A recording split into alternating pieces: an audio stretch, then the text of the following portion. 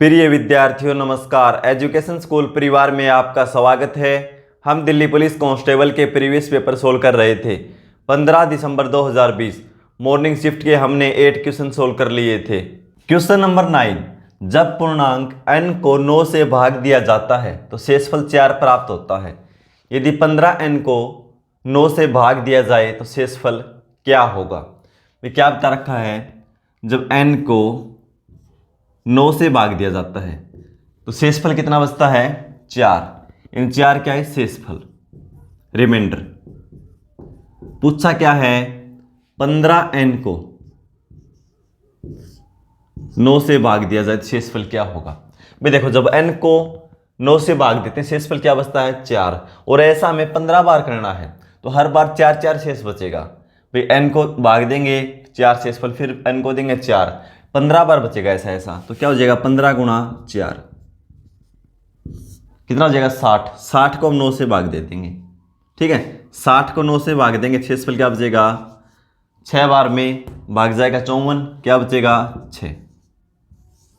शेषफल क्या बचेगा, 6, ठीक है। Option A.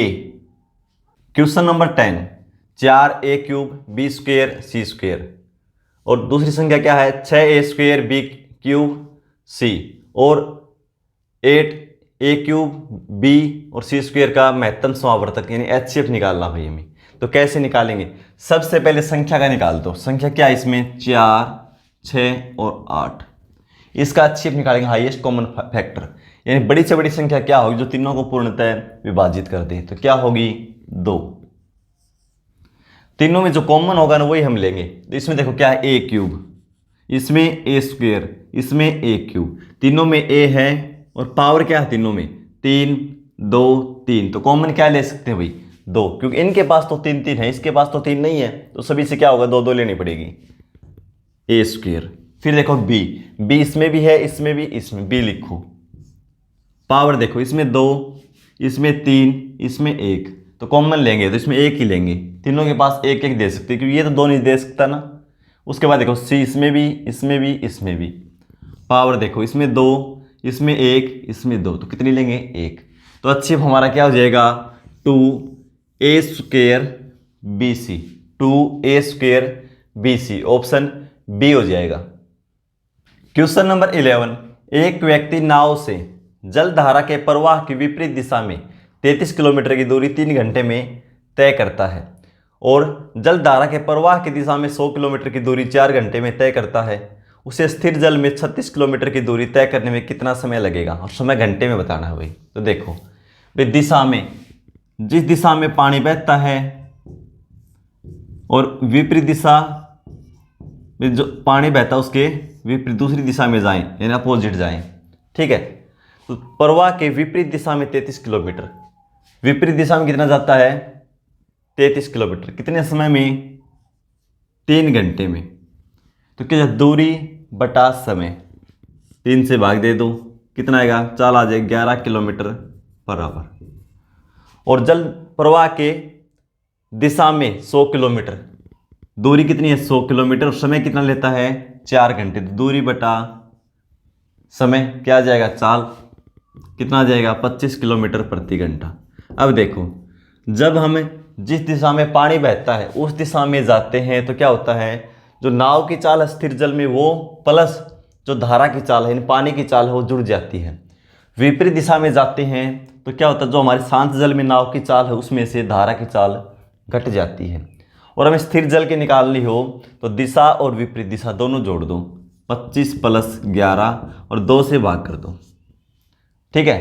क्या आ जाएगी, स्थिर जल में नाव की चाल, स्थिर जल में चाल आ जाएगी 25 और 11 36, 36 को 2 से भाग देंगे, नहीं 18 किलोमीटर प्रति घंटा क्या हो जाएगी, शांत जल में नाव की चाल है।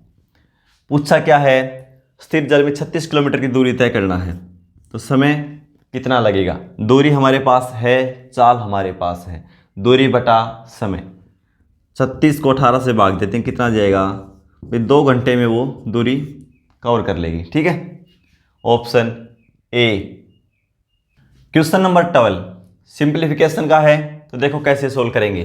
सबसे पहले ब्रैकेट को, ब्रैकेट देखो, ब्रैकेट ये है, इसमें क्या है 7/4 गुणा 1/3, तो इसको हल कर देंगे क्या हो जाएगा, कैंसिल तो होता नहीं, 7/12। ठीक है, इस ब्रैकेट को हमने हल कर दिया। इस साइड क्या था माइनस और इस साइड ऑफ, इसको छोड़ दो एक बार, इस ब्रैकेट को और देखो, ब्रैकेट से पहले क्या है निशान माइनस का। ठीक है, ये क्या है 1/5, भाग का साइन बदलेगा गुणा में और अगली संख्या पलट जाएगी, जो भी भिन्न है वो पलट जाएगी, अंश का हर हो जाएगा और हर का अंश, यानी 1/25 तो क्या हो जाएगा 25/1। ठीक है, ब्रैकेट के अंदर था तो 5 से कैंसिल करेंगे 5 बार में, ब्रैकेट के अंदर क्या आ गया हमारा 5। ठीक है, ये आया 7/12। अब देखो ब्रैकेट के बाद क्या हल करते हैं, ऑफ, ऑफ क्या 6/5, इसको लिखो, आगे साइन प्लस का है तो प्लस का रखो। ठीक है, 6 से कैंसिल करेंगे 2 बार में। अब क्या हल करेंगे इसके बाद, ऑफ के बाद भाग, भाग देखो ये रहा 35, भाग का साइन बदलेगा गुणा में, अगली संख्या पलट जाएगी, क्या हो जाएगा 1/10, यानी 10 बटा में आ जाएगा। इसको हमने हल कर लिया, इसको भी कर लिया, इसको। अब क्या बच गया देखो, प्लस 14/3 गुणा में 9/10, तो भाग के बाद क्या हल करेंगे गुणा, तो इसको हल कर दो, 3 से 3 बार में कैंसिल, 2 से 7, 2 से 5, क्या 21/5। ठीक है, ये क्या आ जाएगा 5 से 7 और 5 से 2। अब देखो क्या बचेगा 7/2 माइनस 7/2 गुणा 5 10 हो जाएगा, प्लस 21/5 और माइनस क्या है 5। अब इसका एलसीएम ले लेंगे, क्या आ जाएगा 10। 2 से 5 बार में भाग लगेगा, 5 गुणा 7 35, माइनस 10 से 1 यह आ जाएगा 7, प्लस 5 से 2 21 गुणा 2 42, इसके बटा में कुछ नहीं, तो इसका मतलब 1 से भाग करेंगे 10, 10 गुणा 5 50। ठीक है, अब देखो 35 प्लस का है और 42 प्लस का है, 7 और 50 माइनस के हैं। देखो 42 और 50 इन दोनों का अंतर कर लो, क्या आएगा -8, कितना आ जाएगा -8, और 7 ये है -15, 35 में से 15 घटा दें क्या बचेगा 20, प्लस का 20 बचेगा 20/10, तो हमारा आंसर क्या जाएगा 2। ठीक है, option C. Question number 13, David को एक कार 1,95,000 में बेचने पर 30% का लाभ प्राप्त होता है। यदि वह इसे 40% के लाभ पर बेचने का इच्छुक हो तो कार का विक्रय मूल्य कितने रुपए होगा। तो देखो भाई, सबसे पहले आपको पता होना चाहिए कॉस्ट प्राइस होता है वो अपने आप में 100% होता है भाई। कितना होता है 100%। जब इस पे लाभ होता है तो इसकी वैल्यू बढ़ जाती है, मतलब 5% लाभ है तो इसकी वैल्यू 105% हो जाएगी, इसका 105% निकाल देंगे। हानि होती है मानो 10% तो 10% कम कर देंगे, 90% वैल्यू निकाल देंगे। क्या बता रखा है 30% का लाभ प्राप्त होता है। यहाँ बेचता मान लो तो कितना होता है 30%, तो इसकी वैल्यू पहले 100% है, 30% बढ़ जाएगी यानी 130%। लेकिन वो क्या करता है 40% के लाभ पर बेचने का इच्छुक है तो लाभ और ज़्यादा बढ़ जाएगा, 40% होगा तो 100 और 40 140, यानी उसकी वैल्यू कितनी हो जाएगी 140%। जब यहाँ बेचता है कितने में बेचता है वो 30% के लाभ पर 1,95,000 में। जब इस मूल्य पर बेचता है तो उसे 30% का लाभ होता है, यानी उसकी वैल्यू कितनी हो जाती है 130%, यानी कॉस्ट प्राइस का 130% है। 1% की वैल्यू निकालेंगे तो 130 से भाग दे दो। निकालना क्या 40% पे बेचता तो उसका विक्रय मूल्य क्या होता, यानी उसकी वैल्यू कितनी हो जाती 140%, तो 140% की वैल्यू निकाल देंगे। यदि क्रय मूल्य पूछा होता तो 100% की वैल्यू निकाल देते। बोल देता कि 10% हानि पर बेचता है तो हम इसकी 90% की वैल्यू निकाल देते। ठीक है, तो अब देखो 0 से इस 0 को कैंसिल करो, 13 से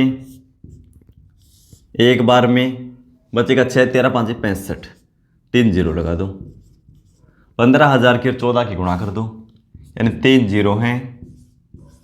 14 गुणा 5 70, 7 14 और 7 21, यानी उसको 40% लाभ कमाना है तो 2,10,000 रुपये मुझे बेचना होगा।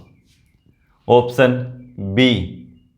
क्वेश्चन नंबर 14, पी क्यू तथा आर का औसत वजन 59 किलोग्राम है। यदि पी तथा क्यू का औसत वजन 55 किलोग्राम तथा क्यू तथा आर का औसत वजन 58 किलोग्राम है तो क्यू का वजन कितने किलोग्राम है? भाई तीनों का औसत क्या बता रखा है? 59 किलोग्राम। तीनों का योग निकाल लेंगे, P plus Q plus R. औसत कितना है? 59। कितने व्यक्ति हैं? 3। 3 से गुणा कर दूंगा, योग आ जाएगा। 60 को 3 से करते 180, 3 घटा दो यानी 177 किलोग्राम है तीनों का वजन। लेकिन पी तथा क्यू का क्या बता रखा है? 55 किलोग्राम। तो पी और क्यू का योग निकाल दो, 55 को 2 से गुणा कर दो, कितना हो जाएगा? 110। और क्या बता रखा है? क्यू तथा आर का औसत वजन 58 किलोग्राम। क्यू तथा आर का 58, इसको 2 से गुणा कर देंगे, दोनों का योग आ जाएगा। कितना हो जाएगा? 8 गुणा 2 16 यानी 116। अब देखो ये पी क्यू आर तीनों का योग है और इनको हम जोड़ दें तो ये क्या आ जाएगा? देखो इसमें पी भी है, क्यू भी है, आर भी है, लेकिन क्यू 2 बार है, 2 बार शामिल है, यानी 6 2 2। क्यू 2 बार शामिल है, पी क्यू आर। यदि इसमें से हम पी क्यू आर का घटा दें इसमें से तो क्या बचेगा? क्यू का बच जाएगा, तो इसमें से घटा दो 177। कितना बचेगा? 23 कम है 200 से, ये 26 ज़्यादा है यानी 49। तो क्यू का वजन कितना आ जाएगा? 49 kilogram. Option C. Question number 15, एक धनराशि 9% वार्षिक साधारण ब्याज दर पर 5 वर्षों में 13,920 रुपये हो जाती है। वही धनराशि उसी साधारण ब्याज की दर पर 9 वर्षों में कितनी हो जाएगी? भाई देखो 5 वर्षों में कितनी हो जाती है? 13,920, यानी क्या ये मिश्र धन अमाउंट है भाई। और पूछा भी क्या है? 9 वर्षों का मिश्र धन यानी अमाउंट हमें निकालना है। तो देखो समय कितना? पहले 5 वर्ष और दर 9%। 9% का मतलब क्या है भाई? कि 1 वर्ष में 100 रुपये पर 9 बढ़ जाती है, इसका कहने का मतलब ये है 9%। लेकिन कितना समय है? 5 वर्ष। देखो 1 वर्ष के लिए देखो कितनी हो जाएगी? 9 गुणा 5 45%, यानी 1 वर्ष 5 वर्ष की बजाय हमने 1 वर्ष निकाल दिया है, 45% निकाल देंगे इसका टोटल। 9 गुणा 5 45% बढ़ जाएगी वो। ठीक है, ये अपने आप में धनराशि यानी प्रिंसिपल क्या है? 100% है, 45% बढ़ जाएगा। ठीक है, लेकिन क्या बोलता है? 9 वर्ष में। तो देख समय कितना है? 9 वर्ष, और रेट क्या है? वही सेम है 9%। 1 वर्ष में 9% बढ़ती है तो 9 वर्ष में 9 गुणा 9 81%। धनराशि जो भी अपने आप में 100% है, लेकिन क्या बता रखा? 13,920 ये 5 वर्षों में बढ़ जाती है। तो 5 वर्ष में कितनी प्रतिशत बढ़ जाएगी? 45%। और अपने आप में जो भी धनराशि कुछ भी हो 100% है, 45 बढ़ जाएगी, कितनी हो जाएगी? 145%। 145% की वैल्यू ये है क्योंकि ये मिश्र धन दे रखा है। 1% की वैल्यू निकालेंगे तो 145 से भाग दे दो। निकालना क्या हमें? उसका 81% वैल्यू बढ़ जाएगी। 100 अपने आप में पहले से है, 81 और बढ़ जाएगी, यानी 181% की वैल्यू निकालनी है। तो गुणा में 181 कर दो, हमारा आंसर आ जाएगा इससे। देखो 5 से कैंसिल होता है, 5 से ये भी होता है, 5 से 2, 5 ने 45, 5 से देखो 2 बचेगा 3, 5 7 35, बचेगा 4, 5 8 40, 2 5 चौके 20। ठीक है, अब देखो ये क्या है? प्राइम नंबर है, इससे ये तो कैंसिल होता नहीं, इसके टेबल में नहीं आता क्योंकि 6 बार में 174, 7 बार में ज़्यादा हो जाएगा, तो ये कैंसिल होगा करके देखो, क्योंकि दशमलव में आंसर हमारा नहीं है, इसका मतलब ये पूरा पूरा भाग जाना चाहिए। तो देखो कितने पे जाएगा? 30 से करके देख लो, 30 से 9 बार में करेंगे, 9 30 270। ठीक है, तो इसको 9 बार में करके देखो, 9 बार में करेंगे कितना हो जाएगा? ये 30 से करेंगे तो 270, 9 घटा दो 261, 9 बार में 261, 261 इसमें से घटाएंगे तो क्या बचेगा? 17, संख्या क्या बचेगा? 174। 30 को 6 बार में करते हैं 180, 29 को 6 बार में करेंगे 180 में से 6 घटा दो 174, पूरा पूरा भाग लग जाएगा 6 बार में। 181 और 96 की गुणा कर दो, हमारा आंसर आ जाएगा 181 गुणा में 96, 6 4 48, 4 6 और 4 10, 9 से 1, 9 एकम 9, 9 8 72, 7 9 7 16, 6 7 3 7 1, यानी वो धनराशि कितनी हो जाएगी 17,376 रुपये। ऑप्शन ए हो जाएगा हमारा। और इस शिफ्ट के हमने मैथ के क्वेश्चन सोल्व कर लिए हैं। इसकी PDF आपको टेलीग्राम पे मिल जाएगी। मिलते हैं अगली क्लास में। धन्यवाद।